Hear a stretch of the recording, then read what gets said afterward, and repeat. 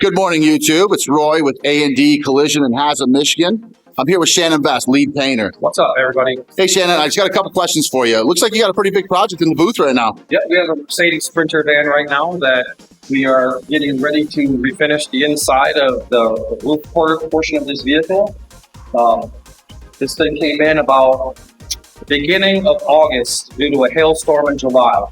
Gotcha. So what ended up being the overall repair? Like, what was the extent of the damage? Well, this thing was caught in a massive hailstorm, which pretty much dented every square inch of the roof, the hood, and some other panels around the roof area. So initially, we did write it up to replace the roof because we figured that would be the most cost-effective and timely manner job to get back to our customer, looking out for them. That's what we started with initially, and this is kind of where we're at right now with 5 months worth of negotiating on our customer's behalf. So if you'd like, we can walk into the booth and we can kind of show you what we're ready to do and give you a quick overview of what's taken place so far. Yeah, absolutely. I'd love to do that. I'll follow you in. All right, let's go. We are here in the booth now with Shannon. Wow, Shannon, this looks like a pretty extensive job. Obviously, Our goal is to return this back to the previous pre-accident condition. I know you recommended or suggested that we would replace the roof on it. That would get us there for sure. Overall, I mean, looking at it right now, this looks like this job, is very extensive. I don't appear that the roof has been replaced. What did we end up doing? So what they ended up doing, due to the hail damage, the insurance company opted first to attempt a Paintless Dent Repair, which is known as PDR. So they hired a subcontract company to come in and they try to more or less remove the headliner and pick out whatever dings and dents that they can try to get. Usually a really excellent PDR guy can get like 99.9%. You won't need to paint the vehicle. That's why they call it Paintless Dent Repair. So in this case, the PDR guy had such damage to it, he gave it his best shot. Ultimately, there was still a heck of a lot of damage left on the vehicle, including a bunch of broken paint on the inside where they're trying to tap and pick to push the dents back out. So we were left with kind of a big mess to clean up. And like I said, it's been about 5 months of negotiations to get to this point. So if you want to go ahead and take a look at where we're at, this is our extensive masking job that's required just to come in here and spray the roof in between all the posts and the support beams that were not damaged. So there's quite a bit of preparation and masking that's involved, and it's a lot of work to get to this point. With the amount of masking I see here, I mean, obviously this took quite a bit of time. Yes, sir. Might I ask how long it takes? So I'm working with my son. He's my assistant. He's a certified 5-year painter already. Me and him took about 7 hours together, which would translate between the two of us about 14 hours worth of labor. So that would be to get this whole thing completely masked up, and we sanded and scuffed the roof and cleaned it. So we're getting ready, like it's at this point now, all we have to do is our final clean and tack, and we're gonna be ready to spray. Wow. We also had to cover the exterior of the van, which is also an extreme amount of work, and it was just a lot of work. That's all I can tell you. Well, I totally believe that you guys took that much time. I'm looking at it now, and you're protecting every little thing in here. I see wires that are wrapped. I see paper or plastic covering everything to keep overspray off of adjacent we removed panels. whatever harnesses were on the roof posts coming across for the support beams to get them out of the way. We dropped down everything that we could without ultimately removing the glass, which the insurance company did not want to do. So some of these wires go down and they're attached to glass points, which they did not want to remove. So we've done the very best that we can with what's been handed to us, and it took a long time. I'm not going to ask you to name any insurance companies or anything in this, but could I ask, what did they pay you for your time? So in our negotiation for the past 5 months, we initially asked for quite a bit of time. Usually we try to make sure that we're covering the actual time that it takes to do this. So we've got about 14 straight time hours into doing this job, which is quite extensive. And our insurance company that we've been negotiating with came back with 1 hour to wrap up this vehicle, which is not possible in any situation to completely wrap this interior from the floor to the ceiling, from the front to the back in an hour's time.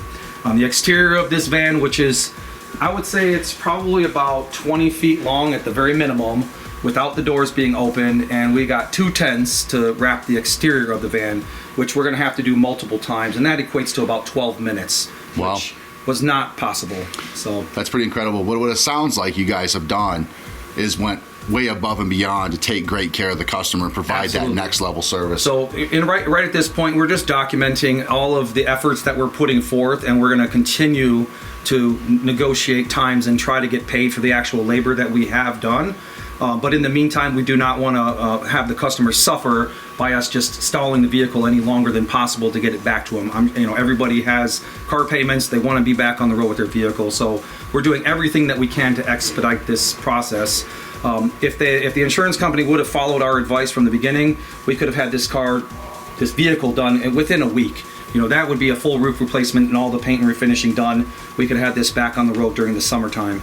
A lot of the people, they just keep that in mind as you're shopping for insurance. Look out for some good companies that will work with the repair facilities to make your car back the way it was prior in a timely manner without a bunch of haggling. Yeah, because obviously the goal in all of this is to return it to the pre-accident condition. Correct. The customer pays an insurance policy to provide that. I know that the insurance companies want to try to save money wherever they can. So, doing things like PDR and sending that out, it just seems to me like there was a lot of delays that were unnecessarily made. It was a bad call, and we advised them against it, but they've all got bosses to answer to, although they could have streamlined this extremely fast to have this job. This is not a very difficult job if it's done the way that's recommended. This is just a bunch of extra work to suffice a company that's just trying to penny pinch. Well, in my opinion. Well, the great news is I think the overall outcome, the customer's going to be taken very good care of. You guys went way above and beyond. He's going to be happy. Hey, do you mind if I film you guys go ahead and shooting some No, some paint? it'd be a pleasure to watch. It's a little bit of a messy job, so we're going to make sure that we're suited up properly with the correct equipment, and I'm going to probably use a fresh air respirator from 3M. It's just a PAP unit and a full suit, because this is a pretty messy job, and I'm going to be working in more or less a tunnel, so it's going to get a lot of paint mess everywhere. That's why it's required to do so much intense masking.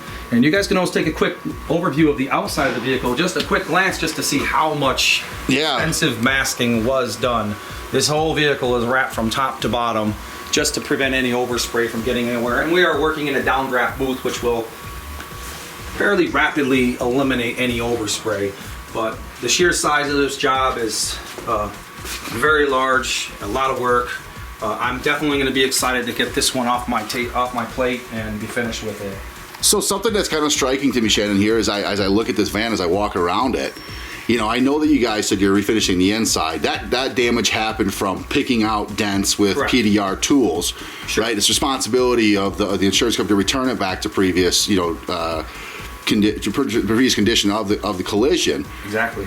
You guys had to do all this job one time already to protect the inside. Are we going to do this again to do the We're outside? going to do this again, so we're going to actually have to basically remove all of this masking and protect the inside from getting any type of overspray, which will be masking behind edges.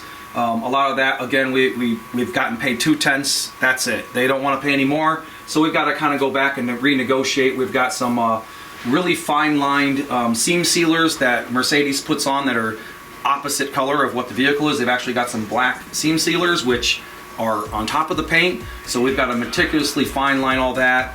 All that stuff adds up to extra time, but we want it to look like it's never been in a wreck before or any kind of damage has been done. So we're going to spend the time and continue to fight for what's right. And it's just going to take a minute, but we will be probably investing another, my guess is an hour to an hour and a half of straight time to remask this entire vehicle to do the outside of the roof, which is we're going to actually have to set up scaffolding in here so that we can get up, because this roof, it doesn't look like it in the video, but it's over 6 feet wide. So I don't have a 6-foot reach. We are going to have to set things up to get up as high as we can and over as far as we can, and we'll actually have to do another booth load to take care of the hood and any other components that need to be refinished as well.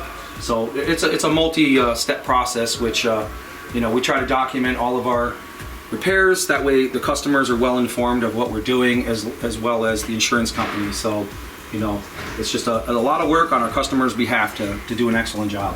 Thinking about this job as a whole, Shannon, we've mentioned a few times, I'm not trying to sound like a broken record, is to return this vehicle to pre-accident condition. It sounds like the insurance company is doing everything they can to save themselves as much money as possible. And that's the truth of it. Do you believe that the approved repair process is the best repair process when on a repair like this? I would say, you know, we are the experts at doing this job. We have all been trained to an extreme level of certifications across the board. And the only way to keep from litigation, in other words, people suing us for not doing a proper repair, we have to follow and abide to the OEM guidelines. So our ultimate goal anymore these days is to follow the OEM repair procedures to the T. So if they say, you know, we need to replace something, or if we need to repair or whatever, we have to follow those guidelines. If we do not follow those guidelines, it's more or less the law that we're breaking, and we don't want to do that. We want to provide the customer with the most accurate repair that the OEM has designed their vehicle to be. So if there's a part that should be replaced because its integrity has been lost due to damage, you know, we're going to fight to replace that piece to make their car back to the way it was designed from the factory. So I agree 100% that if you let the experts repair plan do the process, you're going to get your vehicle back to the same condition, if not better, than it was when you dropped it off. That's our ultimate goal. Is there deviations from that? I believe our insurance companies that are out there, I can't say one in particular. I'd say, you know, quite a few of them, they would rather save their money where they can, and they put little notations in their policies to use aftermarket or recycled junkyard parts that have been in a collision before that you can't guarantee aren't defective in any manner, and they'll ask us to put those on the vehicle, which also is not recommended by most OEMs. So, you know, there's a little bit of terminologies that, you know, are kind of in the gray zones on the OEM procedures, and that kind of leaves the door open for a lot of the insurance companies to try to cut those corners and pinch their pennies instead of following what they know to be true to the vehicle. Well, thank you very much. I appreciate the insight, and I look forward to seeing you put some paint on this bad boy. Yeah, that's going to be the fastest part of this whole process for me. Yeah, that seems to be the case, right? That's what I'm good at. I can lay it down real quick, and it's not gonna. That'll be my the icing on top of the cake for me. This is just one more step to getting done. So I'm excited to get that thing rocking, and hopefully you guys will enjoy seeing what it takes to do the inner panel for now on one of these big Mercedes Sprinters. Well, I look forward to watching. Let's go ahead and get rolling. All right, let's do it. Here we have Gabe, certified painter, paint apprentice working with Shannon. Shannon's his dad. So Gabe, what are we doing right now? What I have here is this super fancy anti-stat gun. Gotcha. What does that thing do? So this is going to kind of de-ionize the panel. With all my cleaning and wiping, I'm starting to build static charge. So this is going to help remove that. At the same time, I'm kind of getting rid of any lids that I have with our tack rack. So you're preparing the surface to take the paint. Yep, this is the final step in this process before he gets ready to start. So what I'm understanding is we're trying to keep the panel from having static electricity to like sticking dirt and stuff to it, so we have a better, cleaner paint job. Dirt and different types of paint. You can disorient metallics, pearls, stuff like that. So this is not always necessary, but it's better to have one than not. Cool. Let's see what you got.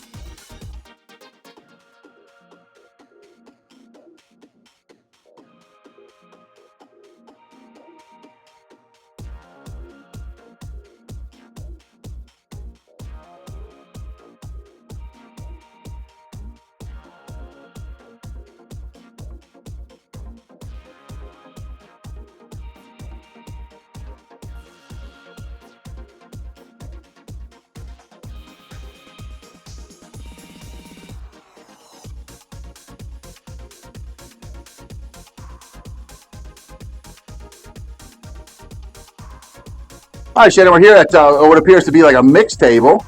Right. You know, what products are you guys using? So normally we're using EnviroBase, which is a water-based system that we use for all of our automotive. Due to the nature of our fleet vehicle that we're doing, we did special order some Delfleet, which is in their commercial line of paint, which we got a single stage paint. It's really nice to work with that, doing like interiors and things like that because of its speed as compared to doing a full base coat, clear coat process on that. So these are designed, you know, to roughly take about 3 million miles worth of abuse as compared to automotive, where they give you a lifetime warranty on automotive, but they're only anticipating you driving 12 to 15,000 miles per year. Whereas this was designed to work on commercial vehicles that see the road nonstop. They put a lot of wire-resistant chemical, chip-resistant chemical to really make this stuff extremely durable. It can take a beating for a very long time. So a lot of the factory fleet vehicles, they come single stage right from the factory. So that's what we're opting to duplicate that OEM finish. And this product is great. They do have some other lines available. This is a great choice though for what we are doing. So I see a lot of consistency amongst the products you guys use here. We only use PPG. So I see, big proponents of PPG. What else I see a lot of is a lot of 3M products. So I see you guys are using 3M tapes and papers, and I see, what is this thing? What is that there? This is actually a PPS 2. That's their version 2 of their liner system. So what these are is a bagged liner. So if you step over here with me, we've got a hard cup that comes with each box that we order. So there's like some backup boxes of our liners and lids, and each box comes with a brand new cup. So these are like your hard cups that, for depending on the size you order, they do have 5 available sizes, which I've got all 5 of them. I just have 4 dispensers. So basically what you're doing with one of these is you set it down, you can pull a liner right off of your system. So you can install that into there, and you can directly mix your paint right into that cup and liner, so you can avoid having to use mixing cups such as these or larger, unless you need that big of a quantity. These also save out having to strain most of your paint, because the lids that we use come with built-in strainers of different micron size. So for our water-based system that we're normally using, we're using 125 micron filters. If you were to use solvent-based paints, you could use the 190 to 200. These just have an extra fine straining capability. I've used them with solvents and with single stages and whatnot, and I've never had a problem with them actually straining or slowing my paint down. They've redesigned them to hold a little bit more paint in the bottom of your cup area so that it doesn't spit and sputter when you're actually painting. A really nice product. It definitely saves on cleanup time. So as compared to traditional aluminum cups that you would normally get or a plastic cup on the top of your gun, you can spend an excessive amount of time just tearing that apart, cleaning it properly, so you're not getting cross-contamination between colors. These save a ton of time. I can write information on the lid, put a cap on them, and store them. For most of our paints, we're using modified partners, even inside of the water-based system, so we're not having a collective of cups and cans lying around making a mess that nobody's going to use. We try to just mix the quantities that we need. This helps us achieve a lot of our goals with keeping things neat and tidy and clean and efficient and quick use for all of our equipment. So that's kind of like, we've got a lot of 3M stuff. This works really well for us. They're great partners to work with. They really give us a lot of support. So other than that, I've got some single stage paint made up to go and spray that roof. I'm going to use one of my Iwatas. They're a pretty well-engineered gun, and I have an extensive collection of guns. So this is just one of my many. I do like the way these atomize. I don't have to make a super huge mess on the inside of that vehicle. So this is an Iwata LPH 400. They're older technology, but they really work great in a lot of applications. They're excellent for sealer, they're excellent for base, they're excellent for clear. So if you were just to buy a gun that you're looking for one that can do it all, this is definitely one gun that can do it all, and it's compliant everywhere. It's a HVLP gun, so you can use it with whatever system that you're looking to use. So a lot of this stuff, like we're saying with the 3M, it's literally, I just put this stuff upside down, I lock and twist it into place, I make sure that I've got pressure to stabilize the gun, make sure that there's no leaks coming out of anywhere. I'm ready to rock and roll. Okay, got everything all adjusted, the right PSI is ready to rock and roll. All right. I'm gonna get in there and start hitting this up. Let's get it done.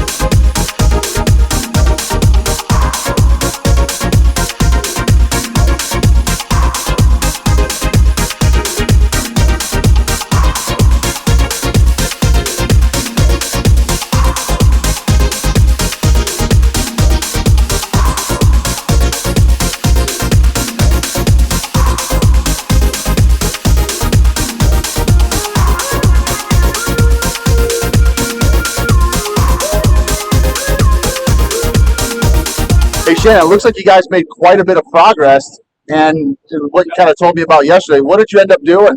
Well, we ended up getting everything shot as you guys saw yesterday. We ripped off all the masking paper, got the vehicle out of here, cleaned the booth back up. We brought it out to the shop, got everything prime blocked, sanded it down, prepped, cleaned, brought it back in here, masked it, fine lined everything. We set up scaffolding all the way around so we can get it high and get this roof shot. We've already got it epoxy sealed and ready to rock and roll. So now we're getting ready to put some color down right this minute. So if you guys want to watch, I'm just going to go fairly quick. It's probably going to take about 10 minutes to lay this coat out, and then we're going to give it a little bit of flash time before we finish this bad boy up.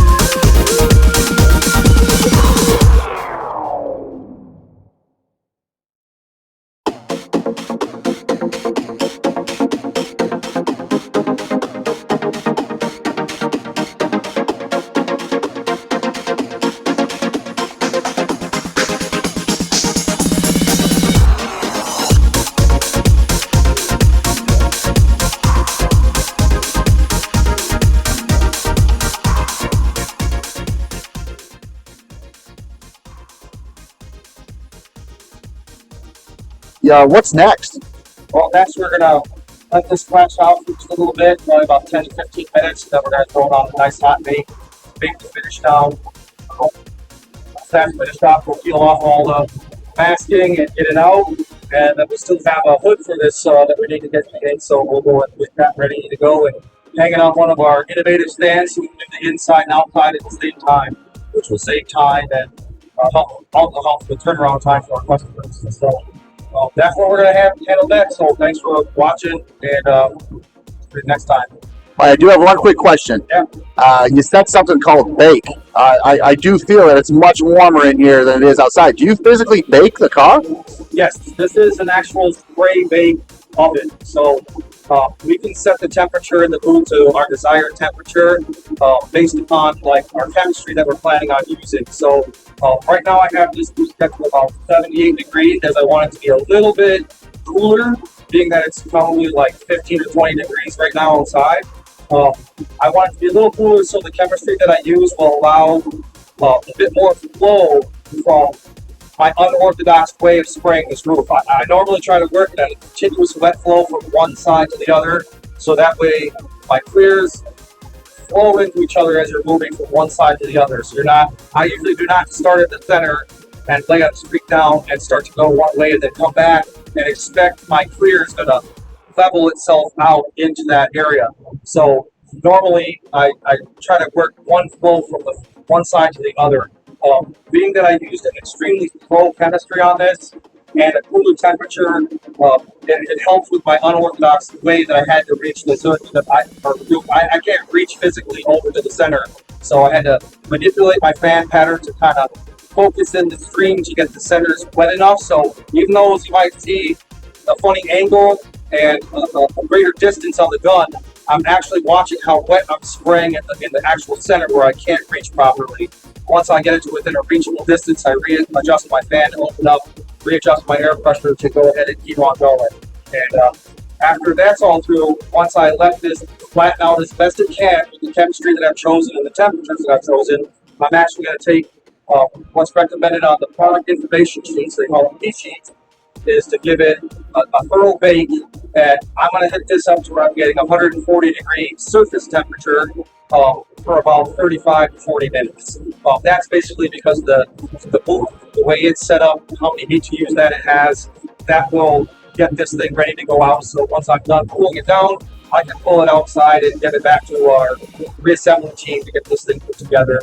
Not have to worry about any of the cold weather, snow, or rain affecting my finish. So having a spray bake booth where you can actually bake your finishes does help increase productivity as compared to something like a garage with just a fan set up. So this is definitely something that every paint shop should have if you're trying to be productive and turn out things in a timely manner, and also know that your finish is getting appropriately baked. And there is some differences. I know we can get in other videos about stuff like infrared curing and just an actual temperature bake and how that affects the paint, but I think we could probably save all that information for maybe how does this work video for something. You know what I mean? Absolutely. Sounds like temperature, temperature, technique, and chemistry play big parts into this mainly finish. you're just trying to adjust your chemistry with the temperature. All paint is based off of a certain temperature, how it performs, how it flashes. They're based at a set point temperature, and every time you increase or decrease the temperature within a reason, it can affect it. So this type of paint and most paints, including solvents or epoxies, urethanes or water bases, should never really be shot below 60 degrees Fahrenheit. They will not, isocyanate markers that they added to harden your paint will not do a chemical reaction, which is what most modern paints are relying on, is a chemical reaction. Old paints like lacquer and enamel, they just dry by evaporation. So it's cooler, you're going to get away with a lot, but those paints also were destroyed very easily. Gasoline, lacquer thinner, you name it.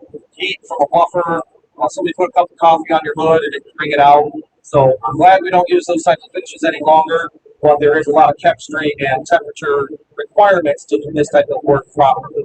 So, well, I won't take up too much more of your time, man. it's all good, man. We can get on this topic anytime you guys want. We can, maybe if watchers can leave some comments about what you would like to see, or if there's questions you have about how the chemistry works.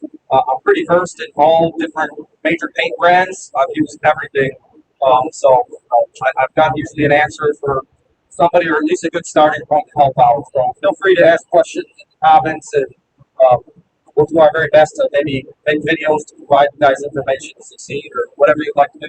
Yeah, I'm sure viewers probably like that a lot, man. Thanks again, Shannon. Appreciate you. Got it. Over and out.